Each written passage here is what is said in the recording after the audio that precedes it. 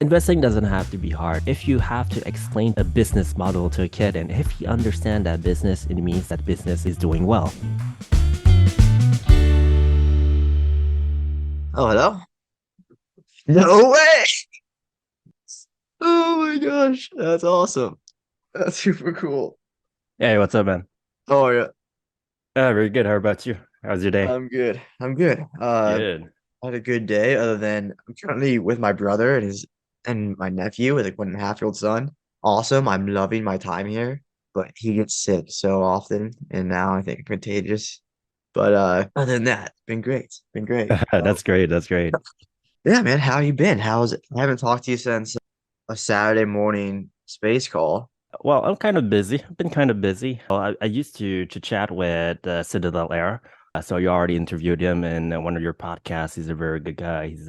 Great guy, yeah. He's basically a human superhero. He's basically a doctor in real life. And I just like his parodies on Twitter. And I always chuckle about his jokes. And yeah, we became kind of real friends. And we talk about each other in real life. And yeah, it's kind of interesting. I mean, you meet interesting people on Twitter. That's for Dude, sure. that's so funny that you're leading off of Sid there. He is a great guy and he's like so impressive. And actually, while I was waiting for you to hop on here, I was kind of scrolling your Twitter and the thought hit me. It was like, man, sometimes I forget how smart these people are. Some of the people in this movement, and like you and Sid Air, and like when I was talking to him, I was just mind blown by everything that he does, and he works so hard, and he's very smart. He's doing like high level thinking work or like high level reading, and like you gotta read a shit ton. He does everything the right way. It's really incredible. He's an awesome story. Yeah, man. I was literally scrolling his Twitter and thinking about, hey, you guys are awesome. Very smart. It's nice to have you on. Yeah, I just Yeah. like talking to him because the amount of bullshit that he has dealt with since the meme stock era, and considering how his identity got leaked and his personal life was in jeopardy, and once he told me about his his wife was part of the Jewish system. She's basically the sheriff of the U.S. justice system. I was like, oh man, this guy is serious. I mean, you better not mess with him. Yeah, for But sure. yeah, you meet interesting people in life, and Twitter is basically a box of surprises. That's for sure. Yeah, yeah, it is. It's actually why I started the podcast. I don't know if you've listened a lot, maybe this is a your episode, but back then it was called Outside the Box Investing because I was kind of transitioning from vending machines. And now it's called The Good of Twitter. And that idea and this vision, which I think will be the vision for a long time, it came from talking to people like Sid Dallaire, talked to Kelly, who's a manager at AMC, and I talked to a couple of meme guys like Sal and just like once I was having all these super cool conversations with everybody and just learning about who y'all are and just your personal stories, and it's like, wow, this is such an incredible group of people. And it's like this is showing me how great Twitter can be when it's used to its good potential and just like really forming like dude, you're forming bonds with Sid Dallaire and Falconry Finance, like spiritual lost sibling of Citadel Air and Valkyrie Finance. That's your caption on Twitter or your bio Yeah, on Twitter. That's because awesome. we're basically degenerate brothers. We do a lot of jokes and we chuckles and we do parodies and stuff, and we're basically low-key sickos, basically.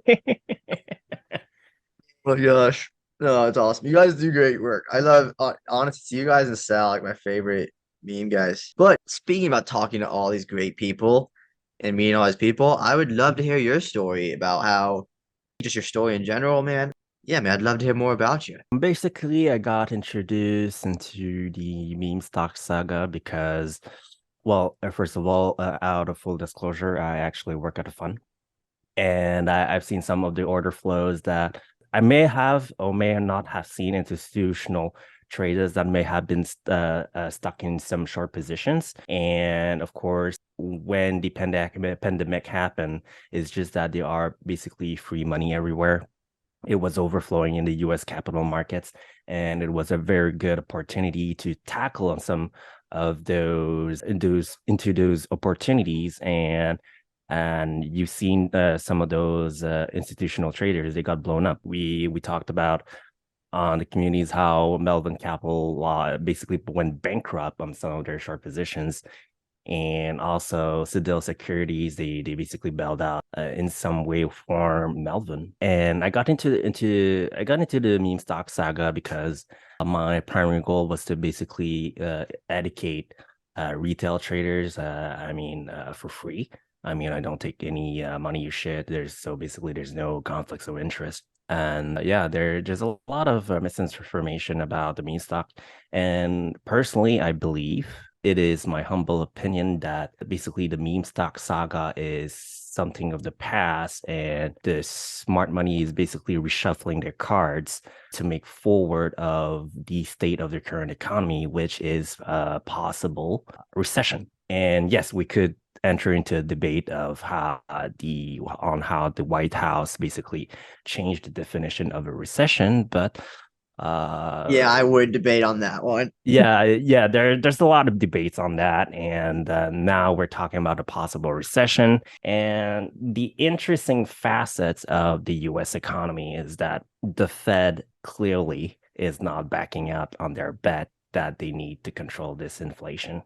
That free money is was a lifetime opportunity, and the joke is over. I mean, the dream of having free profits is basically over. We need to restart the wheel and go back to where the stock should be. And that's where the profits and margins should reflect the balance sheets. So basically the fundamentals.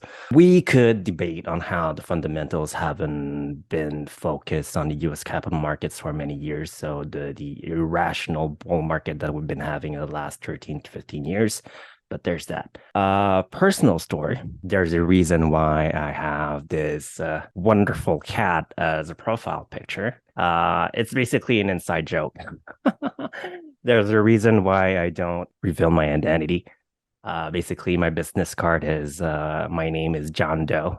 Basically, John Doe is a fictional character that we use in the hospitals to identify someone. And also in the back of my business card is basically your secrets die with me. And when you're into this financial industry, is that there's a lot of financial, let's say, let me rephrase that. There's a lot of conflicts interest. I mean, the game is different for retail traders and institutional traders because there's a wider truth that retail money, they're basically losing 90% of their capital whenever they start trading, right? And that's not quite unfortunate, but this is the wider truth. And the way on how I see it is that the institutional money, well, they basically win all of the other side of the trade. So yes, in a way, there's a wider perception that we all work together, but that's how the game is designed in the first place in the capital markets. Once you sign up for a retail brokerage account, you're entering into an agreement that you're participating into a game that is already rigged in the first place. And that's the institutional money's game. So whenever you buy a stock on a retail brokerage account, you don't actually own anything. You just have an agreement with a broker, and the broker has an agreement with the seed and company. Seed and company is basically the nominee for the DTC, right, in the US capital markets. And they are basically the owners of the stock. And those beneficiary owners of that stock are your prime brokers. So you don't own anything. And that's the illusion of people retail money, that they have this knowledge that it has been fed by institutional traders because first of all we want to get your money. That's the game. Yes, we are one of the biggest predators of Wall Street. Or well, first Right. of all, I'm Canadian, so I live in Canada, right? So we operate in seven different rules, but it's basically the same vision. The game Yeah. is always in favor of institutions. One of the underlying reasons why I hide my face is that I've traded for some very despicable figures, and there are some stuff that I'm not supposed to talk about. I mean, I've dealt with the nefarious hedge funds dealers. tertiary market makers, backdoor dealings. There are also influences into Congress, and I'm not gonna get into that. But I mean, if I speak out of and I make this publicly, I mean, I don't want to basically have a knife behind my back in some dark alleyway, and my offspring will be basically Bruce Wayne's, right? I don't want that. Yeah, no, for sure, for sure. Honestly, I love that it's this. It cracked me up when I first got on, but I just got an editor. I'm gonna start posting more and take the next step in my podcast journey, which is like start making reels. And I'm not doing TikTok. I've actually thought about this a lot, and I actually want to get in this later with you. I'd love to talk about with you, like the morality dilemma I've had with TikTok after starting this podcast. But anywho, I just got an editor who's gonna start making those reels with subtitles and stuff for me. And one of the first things that popped in my mind when I saw that picture was like, this is gonna be fucking hilarious. Just like some of the smartest, like right there, that story you just told with retail institutions and how the game works and the funds that you've worked at, and you just broke it down so well, just like so analytically, like, yes, this all makes perfect sense, and you articulated it so well. And then it's just a fucking cat wearing some sunglasses. Oh my God, Yeah. it's gonna be like the best reel ever. And one of the underlying education that I want to basically provide to retail traders is that there are a lot of misinformation on Twitter, right? It's basically all rigged. Let's say that you want to start a company. Let's say you want to start a retail brokerage company. You have a solid track record of 5 years as a professional trader, and you just want to take it up a notch. Let's say that you have $30 million in your account and you have an excellent track record. You go to an investment bank and they basically leverage you up to, let's say, $3 million or $300 million, depending on the leverage that you can have. You basically borrow from the investment banks. And the biggest clients of exchanges are basically investment banks, right? And Yep. so once you set up a retail brokerage company, the investment banks basically allows you to build a credit reporting facility, which is it needs to be funded. And eventually, the broker side, the retail brokerage company that you have set up, well, you borrowed a lot of money because that's on margin. That's you borrow basically funds from the investment banks. And how do you get that money? Well, of course, you set up a trading platform, et cetera, like your national or commercial banks that they do. And then you incentivize retail traders to come into your platform and trade your platform so you can charge whatever fees you have.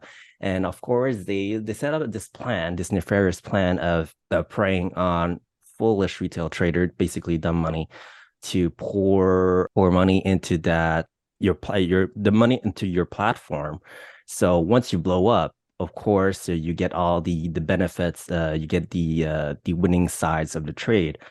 You basically get all the positions of the retail brokers that got blown up on margin, and then you can pay up the fees on the investment banks. So it's a very convoluted process because on the ladder, we're basically side bitches of that ladder, right? So the retail brokerage company are the bitches of the investment banks. The investment banks are basically the bitches of in the exchanges, and of course, the retail traders are basically the bitches of brokers. So we have this ladder, this food chain that we have been setting up.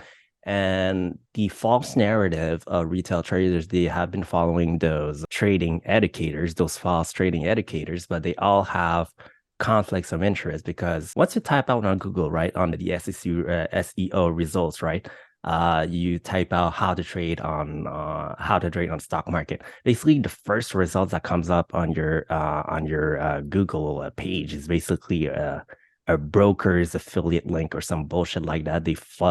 They mislead you into selling courses, seminars. They sell you the bullshit narrative that you have to follow this line, you have to follow this chart, you have to buy this, you have to sell that, you have to sell that stock at a particular price so you get to make a profit. But day trading or trading in general is not that easy. So they feed you into this bullshit, and all trading educators, they have an IB agreement with the brokers. I think that's by law, and I think the 90% of countries. Anyway, they all have this IB agreement, introducing broker agreement, and they basically lure you into feeding false information, buying those false course, buying those false seminars in order to basically pay up the brokers accounts and in order to fulfill the obligations with their investment bank. So there's a huge, enormous conflicts of interest. And also, there's also this narrative also on Twitter that there are people working for hedge funds and whatnot, but hedge funds are a particular investment vehicle that requires a lot of requirements. Basically, you need some third party agreements. You need to have some offshore accounts set up. It's all part of the infrastructure. It's very complicated, but I'm not gonna get into that. But yeah, basically, the game is designed to rob out of retail's money, and that's all there is, and that's perfectly legal. And there's a lot of fights going on in the meme stock saga that they wanted answers from the SEC, right? But the regulators, they won't do anything. They always act after Well, the act of yes, they'll always yeah. be late. I've learned a lot. This is actually just incredible information coming from a cat. But I would push back a little bit there because I I've gone back and forth on this. So like I liked what Gary Gensler said when he first became SEC chair, and then it seemed like nothing was happening. It's like, oh, it's just talk. But I don't know. I do whenever I listen to Dave Lauer, which isn't a lot, but he had a space call. Him, Jay Brown, a guy named Alex had a space call with in an interview, Zoom interview with Gary Gensler, and it seems like it went from T2 to T1. That took like a year. But that's something. And like I feel like this guy is trying to do things. It's just that all the money and power is on one side. So it change is just gonna come super, super slow. But I think like this, I agree there's so many problems with the meme stock community, but at its core, when I picture an ape, I'm not picturing any ticker in particular. I'm picturing a retail investor that is doing something, anything to try and change, not even a retail investment, but any human being. It's like, hey, we're going to try and change the system brick by brick, slowly but surely. I feel like that is happening with the SEC. It's just like this is the first time this has ever happened that a community of some sort has formed. And dude, we just got to talk to the SEC chair. Like that's this. I feel like things are happening there. I don't know. Maybe I'm being naive because like I do agree with everything you've said of like the ladder, basically like the ladder and like how the game's set up. Everything that you've said, like yeah, I'm all there. But I don't know. Do you really think? Do you think I'm being naive when I'm just like, hey, I do think things are changing. I am an optimist just by nature, but I do think I see things changing, and I think a lot of people, not everyone, but I think a lot of people like me got in this during meme stock era, and I still think AMC is going to do something good, and so I think there's certain plays actually, yeah, I like a lot, but I think like there's a lot of people like me who had no idea what they were doing, got in this for the free money, and like you said, that's kind of over. But over the last 2 years, like I've been reading, I have my Wyckoff book somewhere. I see like 3 books around, maybe not fucking that one. I've been reading about Wyckoff and I've been learning about Fibonacci's and fundamentals and just learning from people like you, just having conversations. Uh, I see a change there. I hope you'd see that too, because like your opinion is probably, I mean, it's definitely more informed than mine. And it's like you've been on the innards of this. You've seen this all go down, and like I can tell talking to you how well you can break it down. Do you think I'm being crazy here, or you gonna keep me with some hope? I'm not gonna sell it to you. I'm not gonna sell you some false hope, but the things on how regulators are doing things and they promise retail traders to have a better foothold into the US capital markets is just that it's basically a fairy tale being sold. Unfortunately, in the US capital markets, we're talking about capitalism, right? Yeah. And the secret of trading, I could tell you the basics of trading, it all boils down to supply and demand, all right? And the ones who are controlling the supply basically dictates on how the price is. And the way on how I see it is just that the secret sauce of trading is all about leverage. The more money that you have, the more money that you could possibly raise, the more money that you could possibly borrow. But there's also personal responsibility that you have to make sound decisions on how to use that privilege to gain a foothold into that US capital markets. Let's say that you open up a margin account, right? Unfortunately, I'm not sure if you're knowledgeable about the 90/90/90 phenomenon. It's No, what is basically that? 90% of retail traders lose 90% of their capital funds in margin within 90 days. That's the wider mid in the institutional trading. And it's kind of true because we have seen retail trading blown up their margin accounts and they Does wonder most of why. retail trade in margin? I personally don't trade in margin. That sounds like using the credit card and not paying it off. Like that sounds, I just don't. Is that something that's common amongst Oh retail? yeah, it's very common.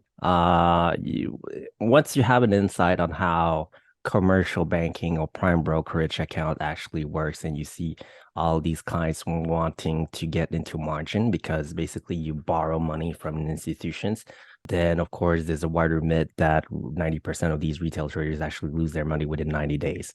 And that's the unfortunate subset reality or myth the way on how I see the economy, right? I don't think that I don't think things will get that bad. I mean, I don't see 2008 level of messed up stuff with any corrections, recession or depression. There will be always casualties, right? That's just how life is. I think they messed up. The government messed up and they threw a bunch of money at a problem because nobody had designed a world a sound financial plan to prepare for a global pandemic because that's unexpected, right? And this is all taking things back to pre-COVID wealth with maybe a 5 to 10% increase of 2019 wealth inflation. The real problem with people is pretty simple. We all have a different vision for the life that we want to live, and that's I'm taking some quotes from a very good book. A book that I've read was actually Psychology of Money. I don't remember the author, but that's what's a recent book that was released last year or 2 years before. And one of the author said that no one is crazy. There are no right or wrong answers. Every decision we make in life starting before 18 will impact our future, right? Some people are lucky and they take on financial risk and are in the right place at the right time. However, some people, like those in 2007, bought a home, did not know what 2008 was about to bring to the world. In my opinion, people who bought a home in the summer of 2020, basically last year in the summer, last summer, right? They are still living paycheck to paycheck, and I believe they made a huge mistake. The difference between 2007 and in 2022 is that in 2007, no one knew what was coming besides a handful of people. And in January 2022, we found out that the 15-year bull market was basically over. But people still decided to say, screw it. I'm still buying an overpriced home because I want it. Well, the amount of information in 2022 is much more transparent than back in 2007, unless you're living under a rock. Everyone today is well informed. The government and Fed has been more or less more transparent. They are borderline illegally giving out inside information. If you are actually listening to those Fed podcasts, right, by our common friend Powell. With that being said, I have more compassion for 2007 people than the people of last year because getting back to risk management, people have the right to take on as much financial risk as banks will allow them to borrow. So at the end, people make their own financial decisions. So banks offer loans, lines of credits, and credit cards at a fixed rate. Nobody is forcing anyone to take out a loan, but people choose to, right? It's free Yeah. money. Go I ahead. understand the strategy, not margin. I, I I do not support that, but I understand the strategy of taking out a loan. Like real estate, you listen to any my brother's in commercial real estate. My other brother owns a land business online that he's done very well with. And like you listen to people like Grant Cardone and all these real estate people. I understand why you say if you give me $100,000, I'm gonna go buy 5 homes and use the leverage of the loan just as long as it cash flows, right? As long as the investment cash flows every month, you're good. I get that strategy, and it's just like like you said, you need to be educated about that stuff, and you need to like really make a plan if you're really gonna do that and really do the math and just make sure what you're doing is yeah, just smart. But like you said, it's on them and it's on you on what financial decisions you make. Yeah, I don't even remember exactly where I was going with that, but That's fine. That's fine. uh, Um, I love what you were saying. I when I started going, I just forgot what I was saying. that's fine. As for broker margin, this is available to anyone with over $2,000 American dollars in their account. It's just disabled by default. You just need to contact your broker to enable it, and you decide if you want to use it. We could talk about school loans; they're available. Nobody's making you taking them out, but it's why are we blaming banks for our own faults and mistakes, right? We all make our financial decisions, and we're all willingly participate into a game that has been rigged in the first place, Yes. right? That's at least that's some personal accountability that we have to take on. And of course we could talk about a relationship and marriage. Yes, the woman makes a financial decision because they're basically the door access to whoever she mates with, and the man needs to decide if she is worth the financial risk. Women have like 5% risk, and while men take on like 95% of the risk when getting married. But once you have a kid, well, the roles or the risks have been overturned. But anyway, that's another topic. But you get Yeah, my it's an point. interesting topic. Yeah, but Yeah, I get your you get point. yeah. In summary, I'm not worried because the Fed will bail us out if they mess this up, and just have enough cash aside to take advantage. I mean, if you're young and lose your job, you'll be fine. I mean, just turn into a negative into a positive experience. I mean, look at the firing as a blessing. I mean, I mean, I I, actually, it's just so funny to me because we have seen this huge free money, and all of these big companies, that notably tech companies like Twitter and whatnot, or Google, they hired so much people, they just don't know what to do with that money. And once a reality hits with that downtrending economy, right, they would have to, yeah. basically lay out some people. And it's just funny to me seeing those TikToks, right, in the day life of whatever manager, whatever they do in their Oh company, my and they just God, those were that's terrible. insane. That's Dude, terrible. it was actually, I can't remember who said it. It must have been like Astro or somebody. This is adult daycare. I was like, yeah, that's Yeah. exactly what this is. It's adult daycare. I was I was mind blown just seeing watching those videos. Yeah, we needed the economy needed this. That was super unsustainable, super inefficient. I actually, and like you said, like when you were saying, turn the negative of getting fired into a positive, make it a blessing.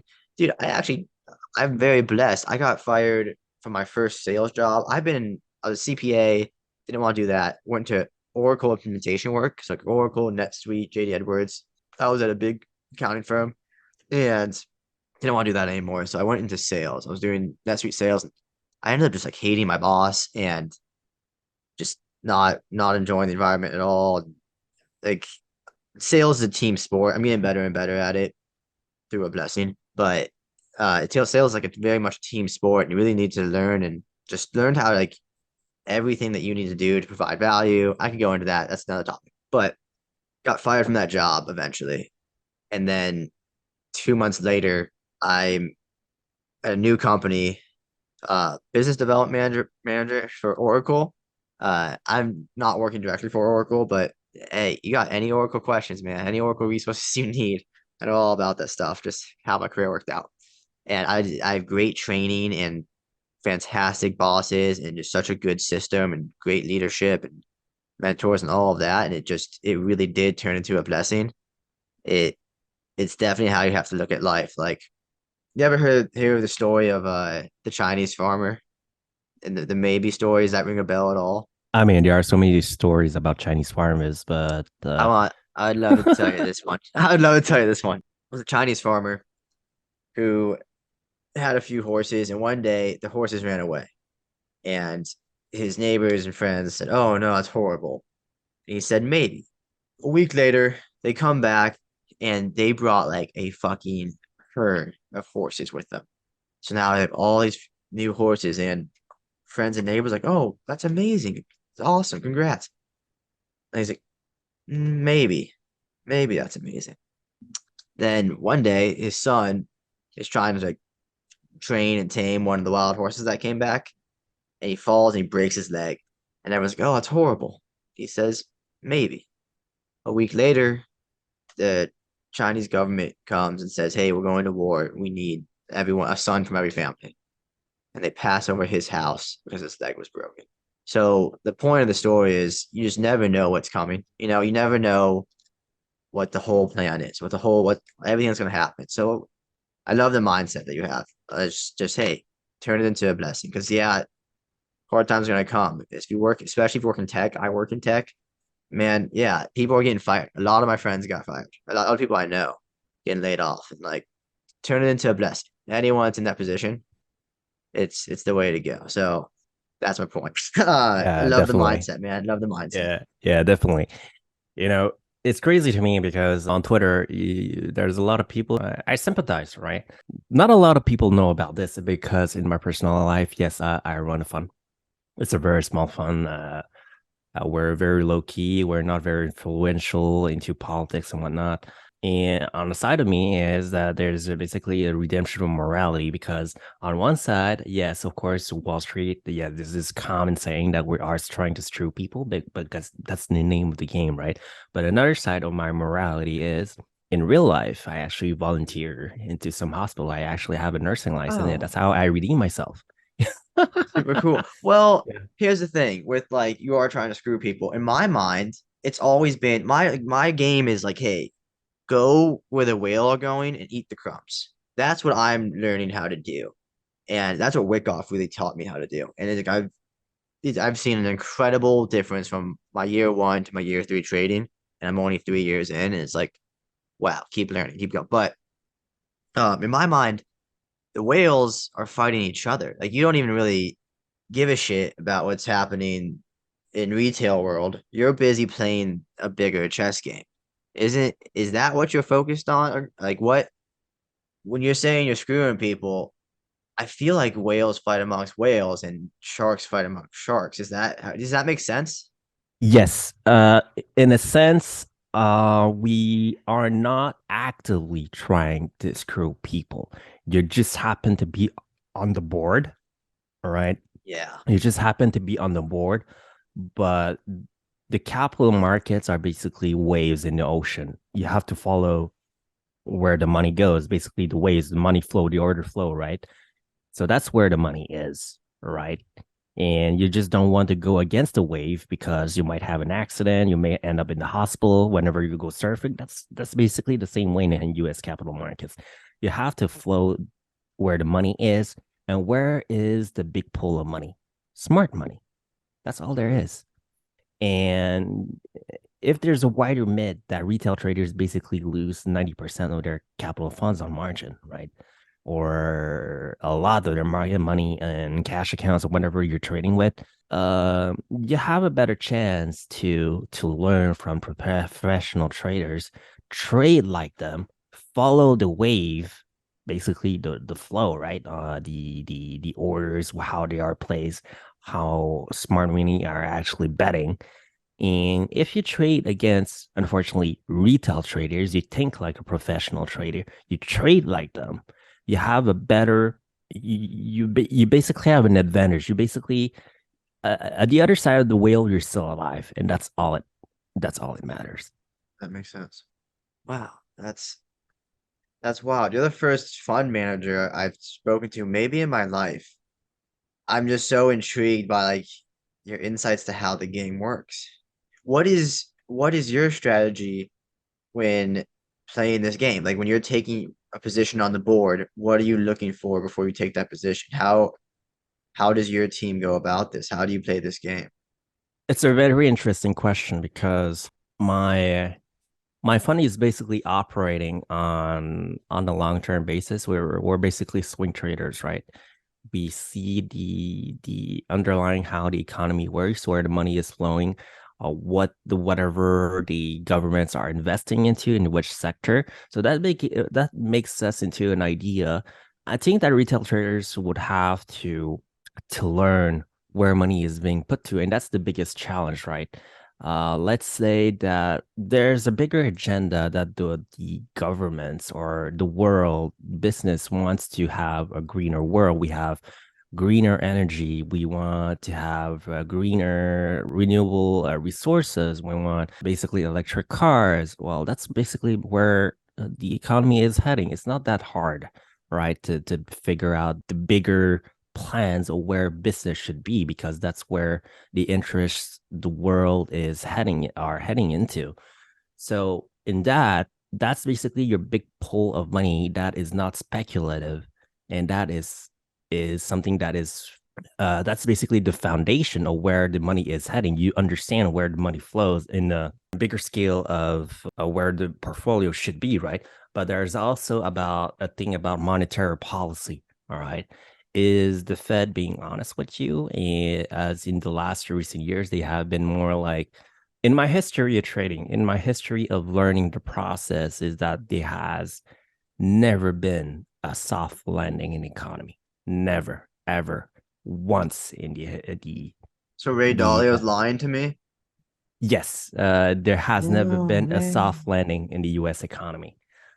So if you read about 2008, you have read the 2001. I mean, it's just the monetary policy. The thing is, y people would have to agree that the Fed is not, yes, they are bullshitting, but in a way that there's a common consensus that we need to control this inflation.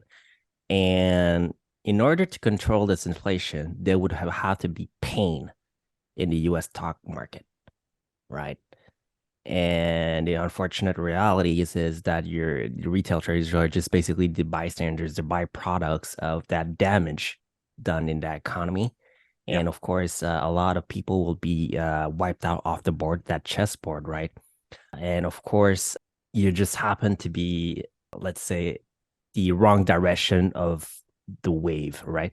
The Yep. recent bull market that we have, that tiny bull market in that grander bear market that we've been having, is just hype money.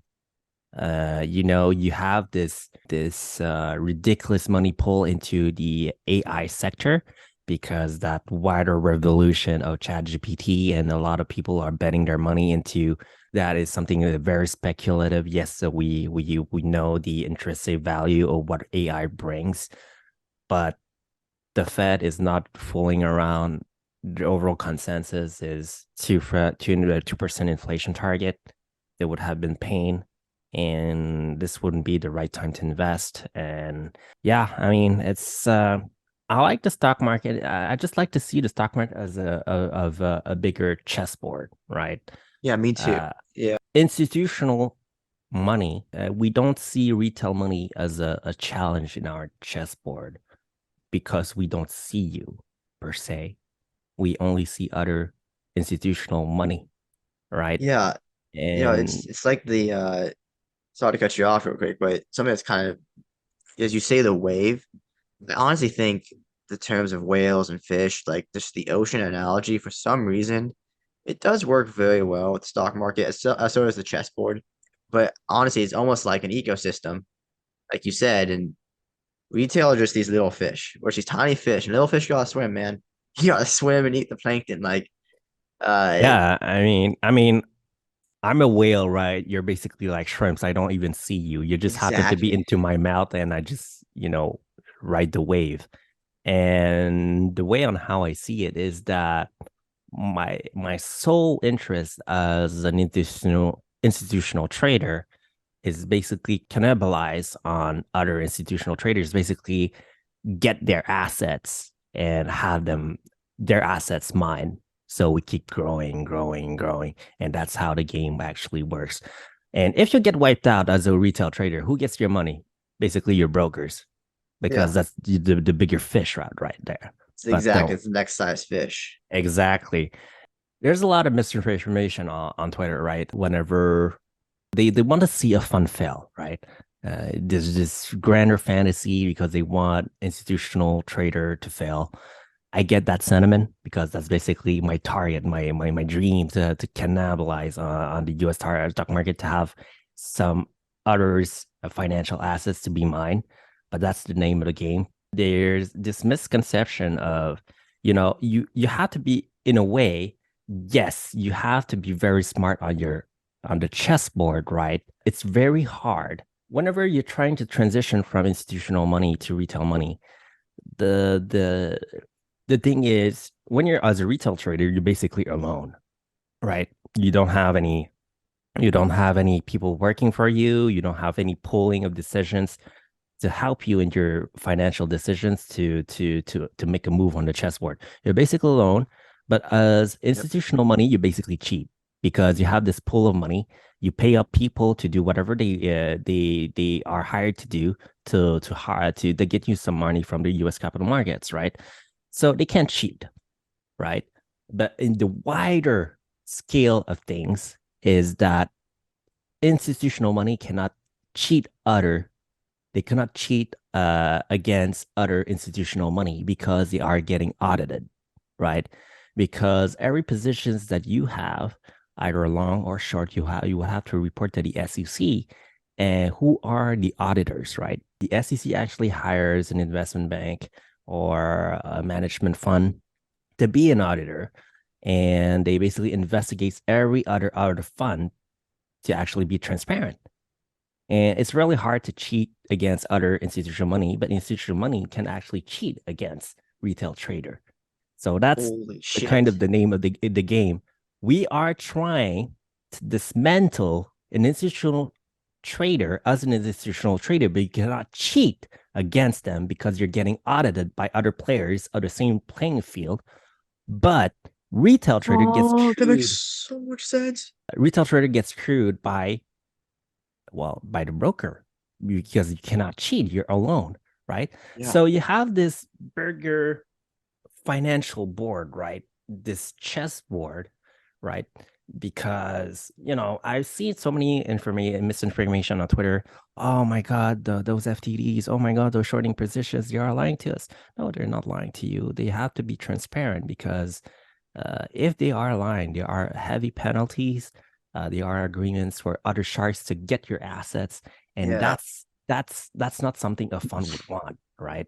So there are rules to the game that we have to adhere to, and that's how the game So is tell me if designed. this analogy tracks. So kind of what I'm picturing is instead of a chessboard, I'm about to be very Gen Z, just heads up. But instead of a chessboard, maybe it's like an RPO board, like a World of Warcraft, so to speak, an open map where here's the city, and inside the city, there's gonna be a lot of rules and cops and just a lot going on. It's just part of the game. But as you go out towards the woods, where like I don't know what to call them, but we'll just call them the retail. Where retail is, all of a sudden there's less rules, and all of a sudden it's that you can fight for yourself.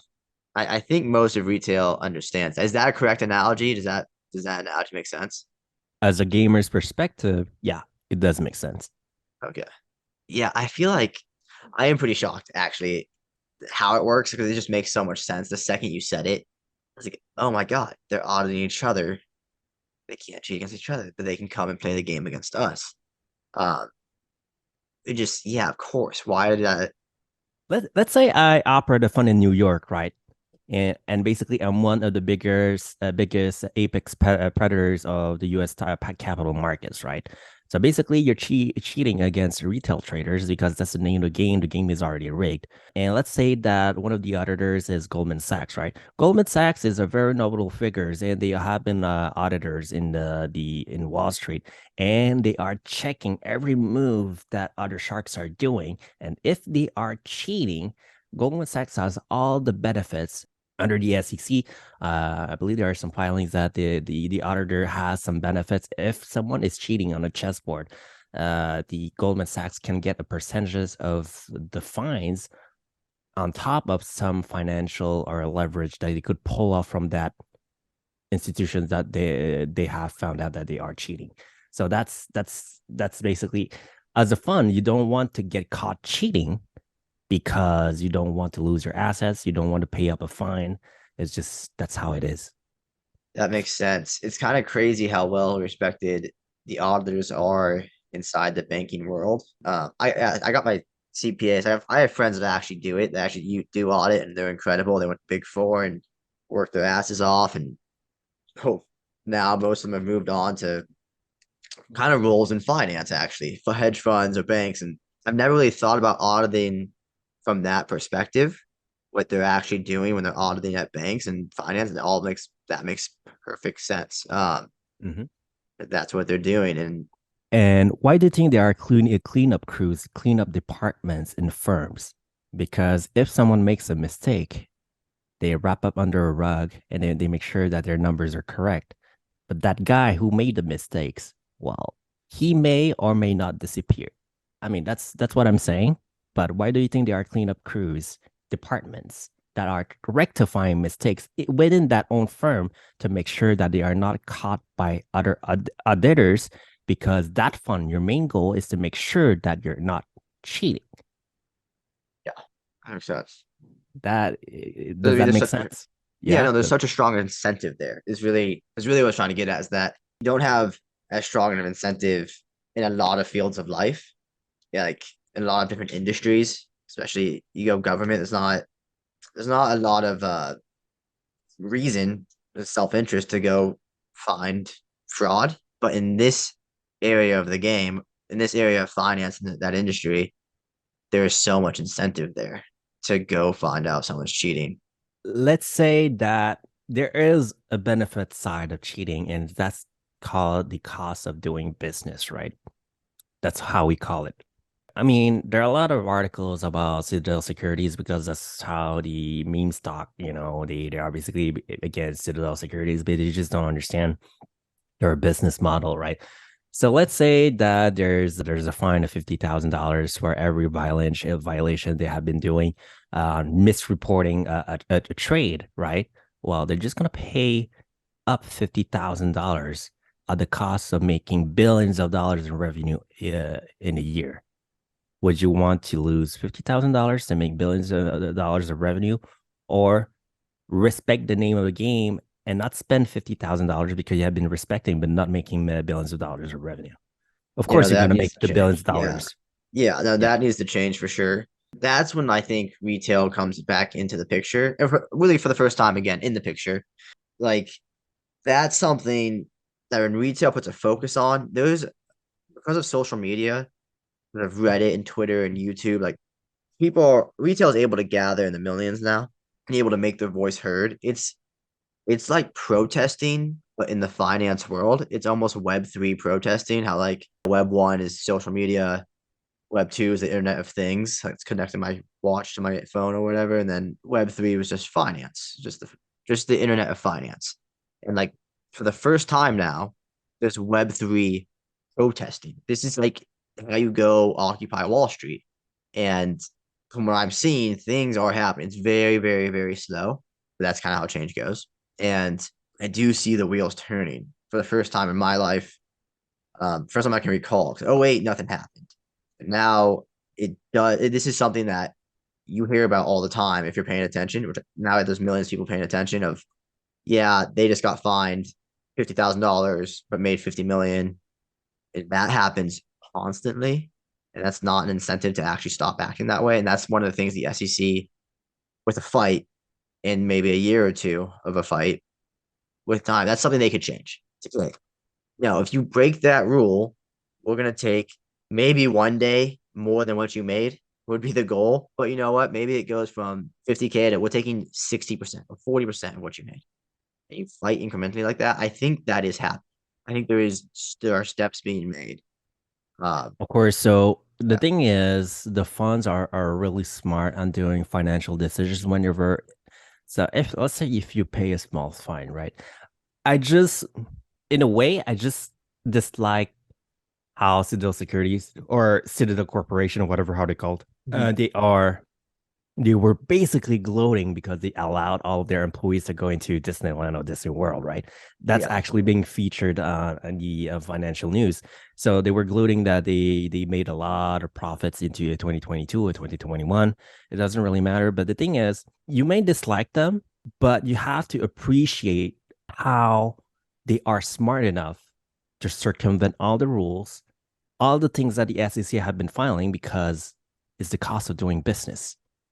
The rules are made this way and they are capitalizing on that opportunity to make money in the US capital markets. You have to respect them for that. But of course, you say, oh, that's unfair. But you can do that if a They're professional trader, they're the if Bill you're, Belichick and yeah, Tom right, Brady of right, finance. You can hate right, them. They cheat. You know they cheat, but fuck, they're still winning. right. I get that. That's true. That's There's a true. lot of misinformation about naked shorting, right? I'm not saying that there are no naked shorting in the U.S. capital markets. I mean, back in the old days, whenever I started as a trader, I dealt a lot of those OTC pink sheets, right? Now that are now they used to be manual, and now it's all automatic.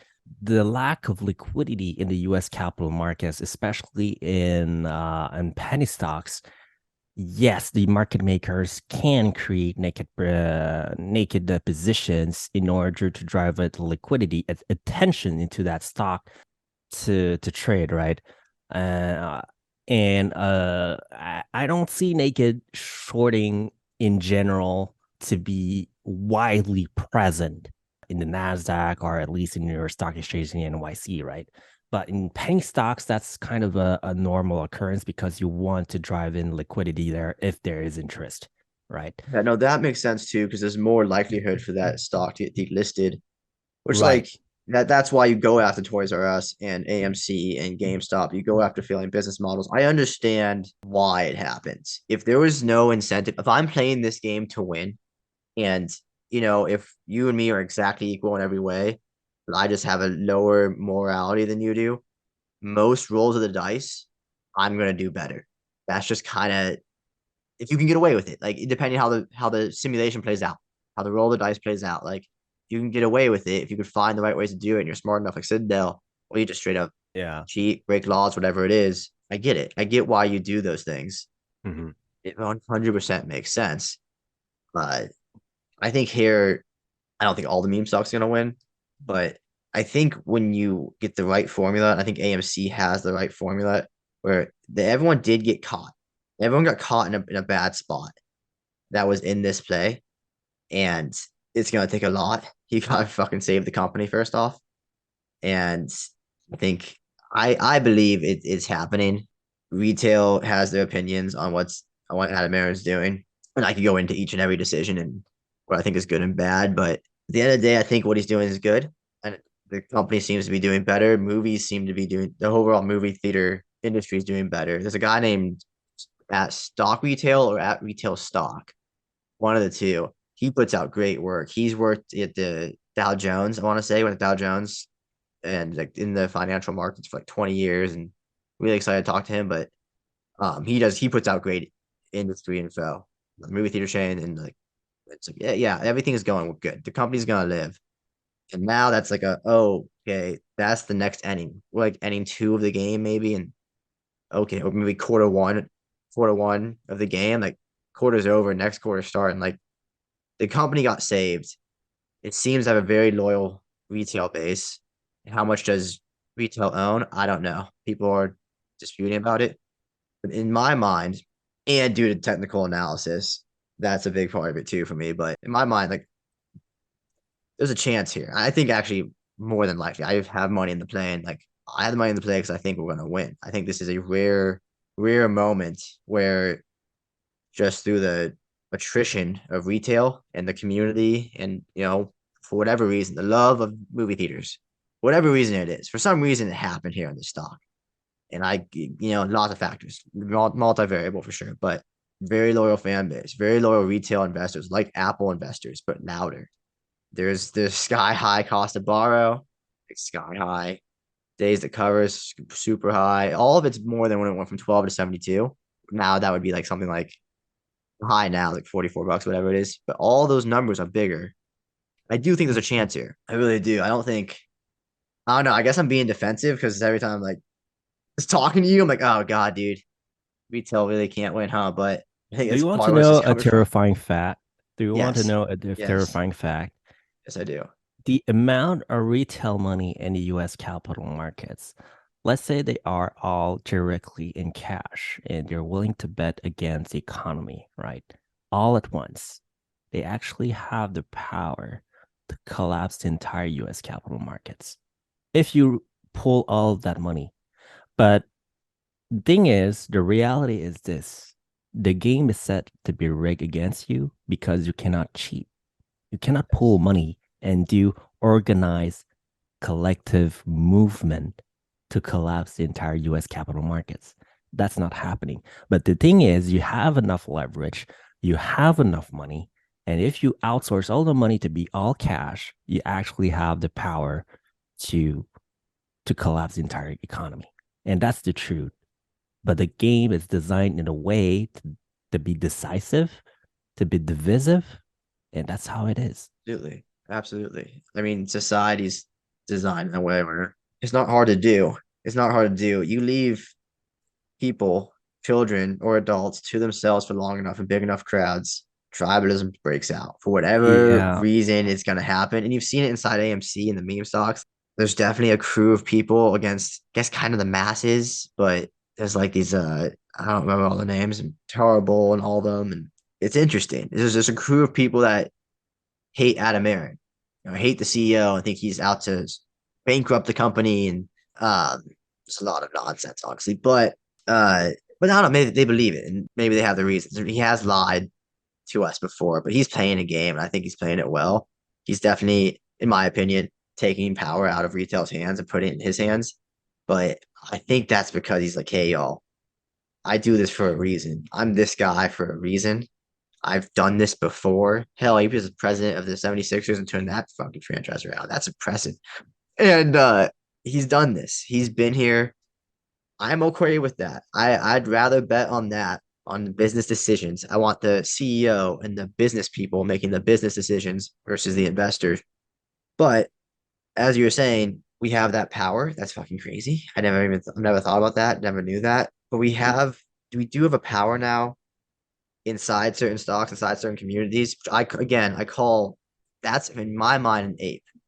An ape is there's bulls, there's bears, and bulls are work together, bears are work together. Now there's apes, and apes are just the random retail animals, whatever, that are in that World of Warcraft world. But now they can band together enough, work together enough through looks and signs, just ape stuff and memes, fucking memes to learn and say, hey, here's what I'm seeing. What are you seeing? With millions and millions of interactions, and all of a sudden we have some power. It would never be enough to unite all people. That would never happen. Like that's just impossible. But there, because of the power of honestly kind of memes and just not just memes, but YouTube and Twitter and Reddit, all social media, the power to connect. It's this is the first time this has ever happened. It's this is there's a new player in the game. I genuinely truly believe that. And yeah, odds still stacked against us, but they're stacked way less against us than when you're just by yourself in the woods. Especially if you just keep learning and you play it smart. Because again, it is an individual game at the end of the day, and you're the only one that needs to feed your family and do what you need to do in life. So it is an individual game. But if you understand what this group of people is doing and why, and like again, I'm a big technical analysis and data person on the stocks because I swing trade, but not to the extent that you do, not the research that you do. I'm doing like probably anywhere between 30 days and a year, just like based on what I'm seeing. Yeah, I based on what I'm seeing, enough apes got together to like, oh shit, I think they're gonna win this one. Which in my mind is pretty spectacular that that's ever able to happen. I'm not worried about retail crashing the market. I'm worried about retail getting back into cash, though. I will say that retail needs to be in cash. There's no need to go on margin. Prove to yourself you can do something at $2,000 account, turn 2,000 to 20. And then at that point, you don't need to go on margin. So now you had that $20,000 you want to be on margin with. And the more money you get isn't going to make you a better trader. The better trader you are is going to make you a better trader. And the more money you have is because, sorry, the more money you have is because you were a better trader. And like you said, Citadel played the game the best, right? That's why they have the money they have. We just, like you said, we need to be aware of the fact it's a rigged game and rigged against us, and do what we can and play that game. Yeah, that's my take from what you were saying. Oh Lord. Controversy take, all right? Um, there's a sub department that we are actually hired by companies to do some stock promotions, right? And there are a lot of bad companies, right, out there, and they want to have their stock price raised or whatever, not in order to raise cash, right? The unfortunate reality is on how I see meme stock companies, right? Besides Tesla, Tesla is a different breed. I mean, it's you could say that it's the all fodder of meme stock movement, right? The Tesla is a meme stock, but I'm talking about AMC and GME. They have very balanced sheets, right? Very bad companies, right? I'm not talking about specifically about AMC and GME because that's Yeah, yeah, just yeah, speculation, but yeah, very bad companies, they hire stock promoters in order to promote a stock to take, let's say, a stock to $5 to $20, and they get them out either for leverage or taking money at an investment bank. Let's say an investment bank would have yeah. to raise them money. So basically, I'm talking about dilution, right? And those very bad companies, they hire stock promoters, and they also, in a way, they basically hire tertiary market makers or stock promoters to take a stock to from point A to point B for them to leverage enough cash in order to get Real quick, dilution. who are these stock promoters?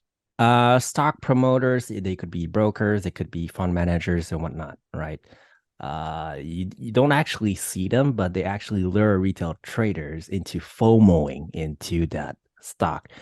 Like I said, all of those fake trading educators, promoters on Twitter, they could have financial conflicts of interest because they have an IB agreement with their broker, and they actually lure. The crazy thing about the meme stock saga is that those slogans to the moon, right? Hmm. And you see these big companies like because you see those apes, right? I want a Lambo. And Yeah. the next week or 2 weeks after, the Lamborghini company, they make an ad, a Lambo to the moon, right? And those are the arts of stock Oh promoters. shit. They I they remember want you that. they want you to FOMO into that stock in order for that company to take from point A to point B to raise enough cash to dilute their shareholder base to raise enough money to clear us off some of their debt. That's how the game is, right? And I see Yes. those bad companies over the course of my careers, right? They hire us to do those type of shit. They engineer short squeezes and whatnot because that's our basically our mandate, right? We are trying to lure retail investors money in order to prop up a stock, right, over a long-term basis. And of course, those insiders, while they have the opportunity to sell, and of course, those CEOs, they have the mandate to protect their company, basically pay off their debt by diluting the stocks, the shareholder base. And I've seen those bad companies. There are basically GoFundMe companies. That's basically the entire premise, right? So you don't make money based on your balance sheets, on your fundamentals, because you're not selling shit, because your business is not working. You're basically using your shareholder base to raise money to keep that company afloat. So I'm not saying AMC is doing a bad job or GameStop or is doing a bad job or those other bad companies, right, with bad balance sheets, but they don't really have a choice. Most of them hire stock promoters, they hire backdoor market makers to engineer short squeezes through convoluted process in order to lure retail investors to fund them. That's That that's how makes so much sense. that's how it is. Yes, I do appreciate your sympathy over AMC because yes, there's a chance that they could turn around being a global tier two company, right? But you have to understand how Adam Aaron is playing the game. And you see his chessboard, and he's basically doing the same thing. He's hiring stock promoters.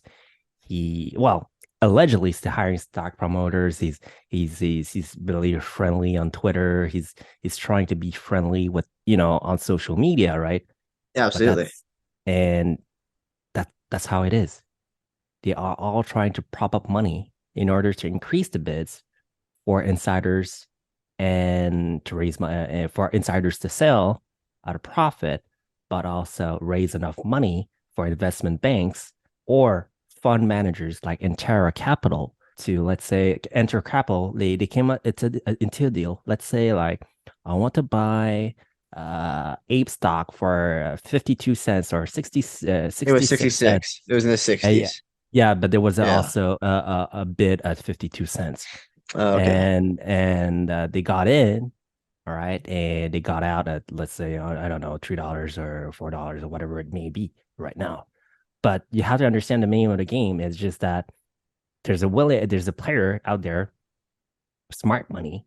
They see the Smart money. stock so cheap, right? Okay, let's say that I'm gonna buy.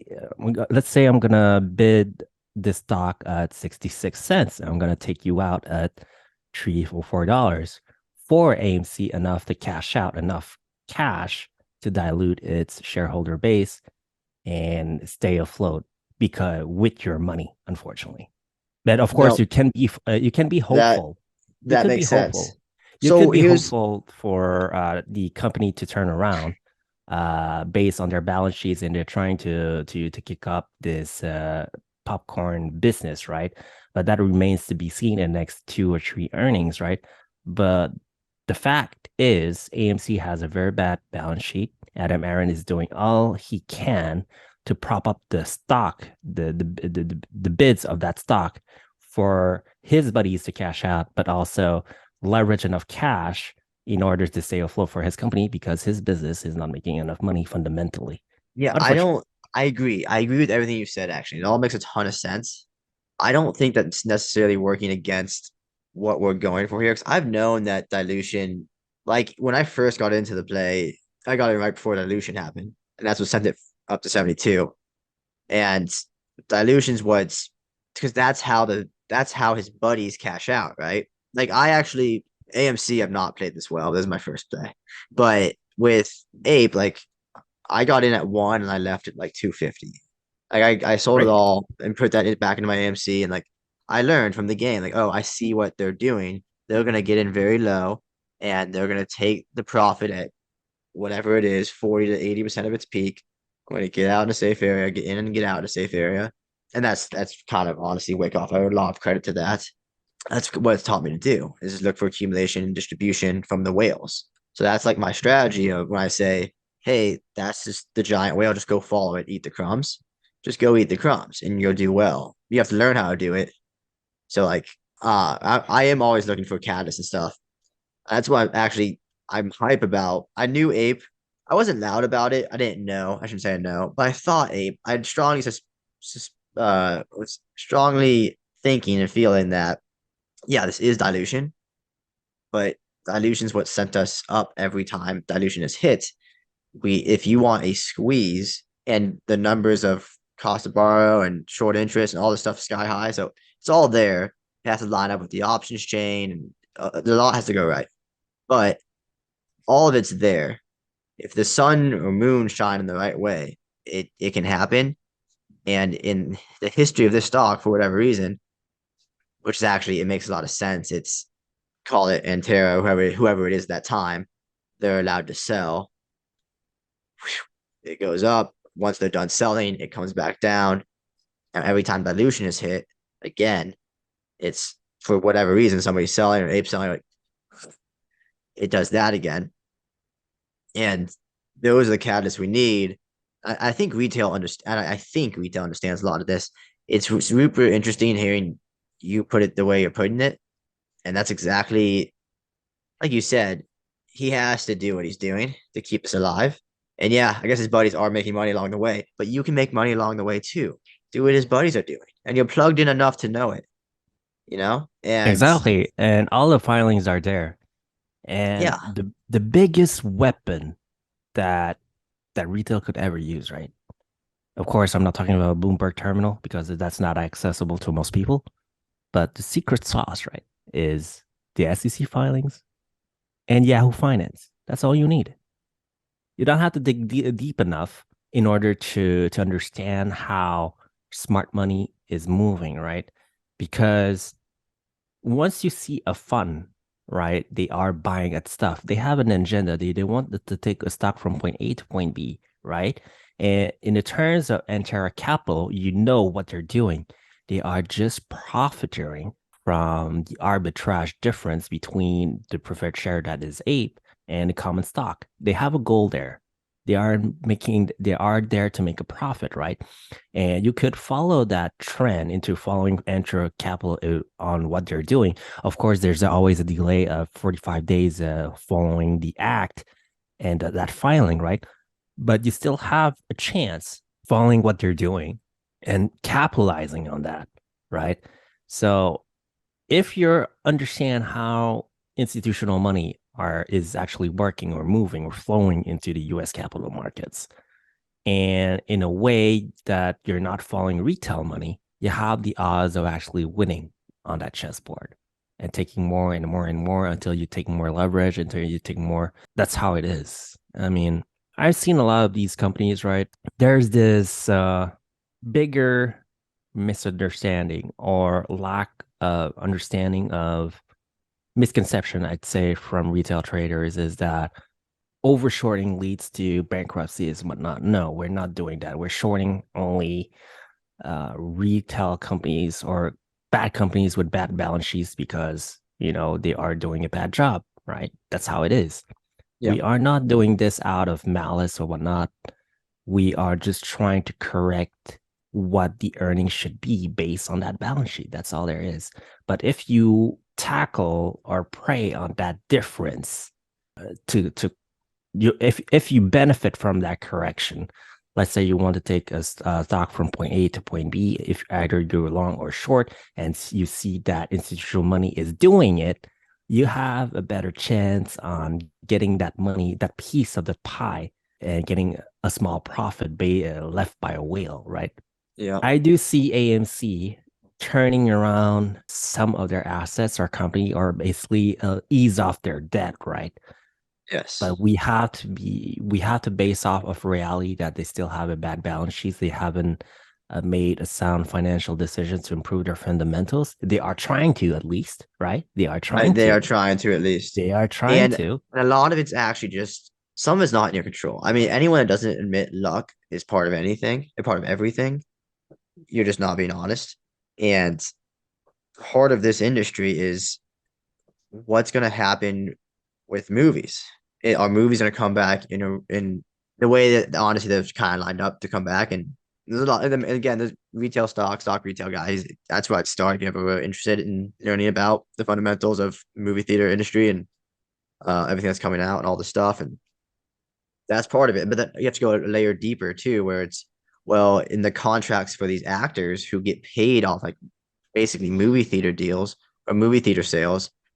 Are they going to let this go straight to streaming or like there's so much intricacy there that that's part of your investment. That's part of your bet is you need to make sure you believe in the movie theater chains and what's happening. Obviously, it's consolidating. It's in the cycle of industry. It's obviously consolidating, and a lot of people are going to go out of business. But I don't believe that a lot to do with how actors get paid and just kind of the power games going on in Hollywood. I don't believe movie theaters are going away. I also think there's enough demand there because it is just a different experience. Anyone's gone to a movie theater, you just know it's a different experience. It's like going to a show. I think there'll always be demand for that, especially with families. And in my mind, you have to stay alive. You have to kill the dead. And that's like again, I think we're so early on in this game. I think it's like a long term investment. And I don't think it's gonna go to the numbers people think. I don't think I mean, depending how much stock you have, I guess you can go buy some Lambos, but you gotta have a lot of stock, in my opinion. And I think there is that chance there still. And again, balance sheet's bad. I know that, but it's getting. I see it turning around. I see them being able to turn profit, and we'll see if, like you said, we gotta wait and see. But from what I see coming out of Hollywood, it it seems good. And this year has been off to a good start actually. Q1's been good. There are a few hits. I'm keeping up my investment.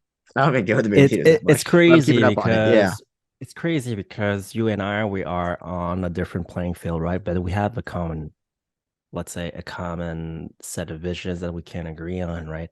And the beauty is, like I said, I like quoting this book because that has been my favorite book since last year. Is the author said, "No one is crazy," right? So we had different life experiences, right? And from my side of things, right, I'm not involved too much into the meme stock movement because I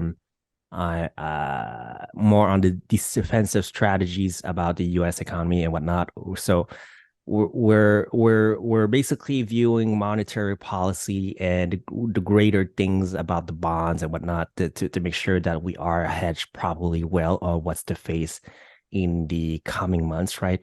And for yeah. me, the entertainment sector is so bloated in the last few years because you have Netflix, you have Hulu, you have ESPN, you have the Oh Disney yeah, no, that Plus. needs to Oh consolidate. my, it's just too much, right? Yeah, absolutely. We are reaching to a point that is so saturated. We have so many streaming platforms that the subscription-based models of streaming, you are spending more than what you're paying in back in days for cable, and that's ridiculous. Yes, it is. I actually, you know who makes a fantastic point about this is South Park. They have the streaming wars.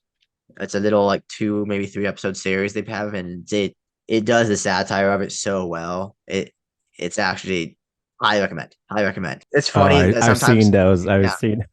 yeah, but sometimes it's I'm I've a made big this fan of joke. South Park. Yeah, I made this joke after the first episode of this new season. I'm Jewish, so I love the Jewish episodes with Cartman and Kyle. And it's so funny that they after that after that whole episode, they just have Kyle give a speech about like, hey, here's why it seems like there's a lot of Jews in Hollywood. If you do a tiny bit of research, you're gonna figure out it's like, no, this is all just crazy conspiracy theory stuff. Just perfectly summarizes it in like a minute and a half, maybe 2 minutes. And I just start laughing. It's like, dude, it's crazy that some of the smartest people on television are just these portrayed 10-year-old characters, like cartoon characters. And it's like, how are they getting things so just nail on the head and just so well and so easily? Do you know And why I that's wild. appreciate those cartoon shows like South Park, The Simpsons, and Futurama? Is that they are making parodies of today's society. And we have been in the last 20 years, right? Especially into the Gen Z generation, they have been generally living through easy lives, right? Because of that bull market, that free money for 15 years with no consequences, right? We could get into that woke movement, that justice for Yeah, I mean, equity, social. I mean, the thing is, we have been spoiled. We have been spoiled in the last 15 years. And that reflection of South Park and the Simpsons that they have been sharing is just that we have created a society.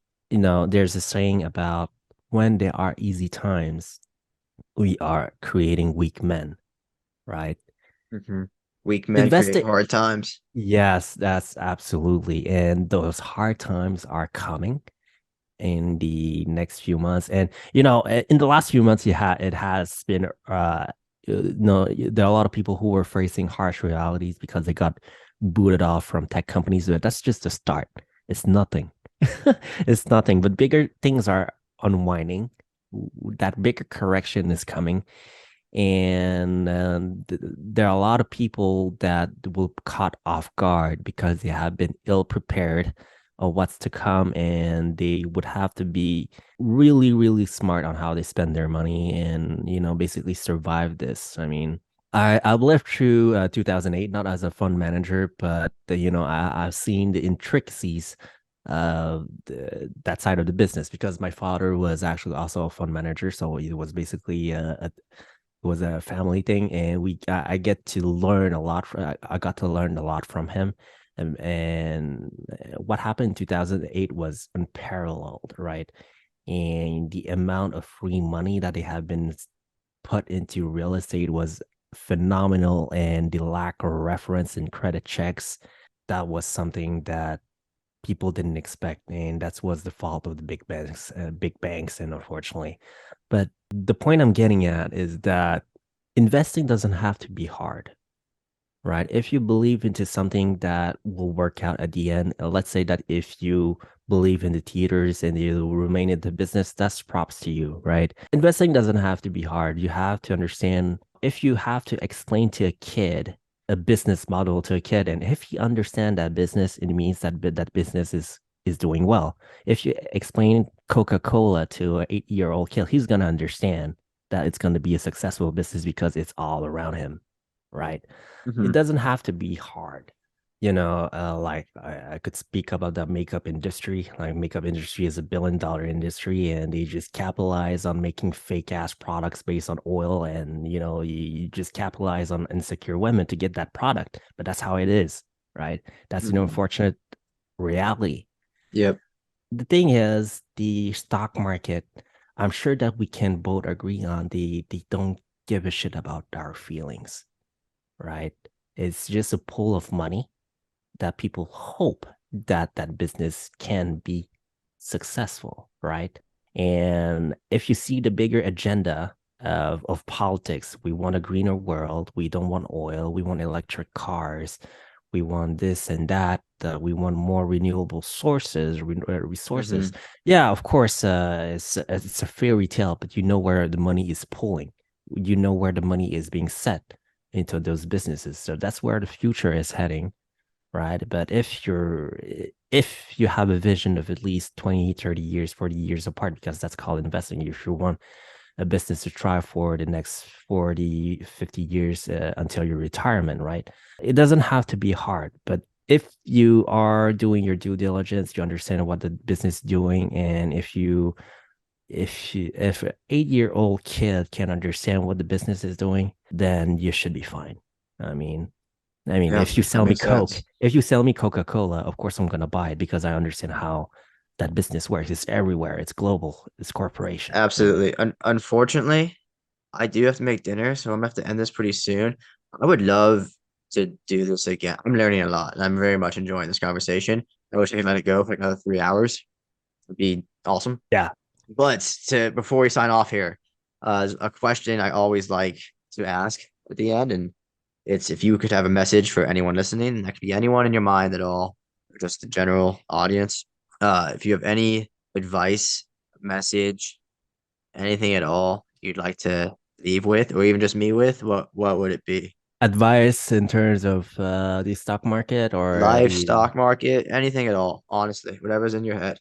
my advice is just don't get caught in your life. Just when you have to be smart, starting at 18 years old, 16 years old. That's how I led my life. I mean, that's going to be another topic if we're going to have another podcast about my personal life.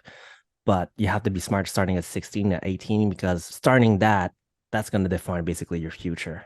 And if you start early in investing, you're going to be well off once you're going to retire.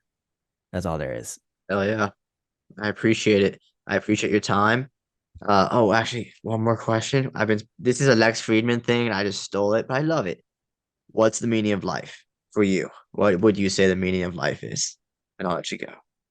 The meaning of life. It's really hard to capitalize on that question because my life have been surrounded by money for most of my years, and it's just like Just the meaning of life for me is just enjoy the moment present. That's all there is. Because you cannot predict the future and you cannot, attach to the past because it's already gone. You just have to live the moment. That's all I there love is. it. I love it. I appreciate you. I appreciate your time. Yeah, I can't wait to do this again. We gotta get on the calendar soon. Have a great night, Kringle. Yeah, my pleasure, man. I'll Have a nice talk to you dinner. soon. Thank you.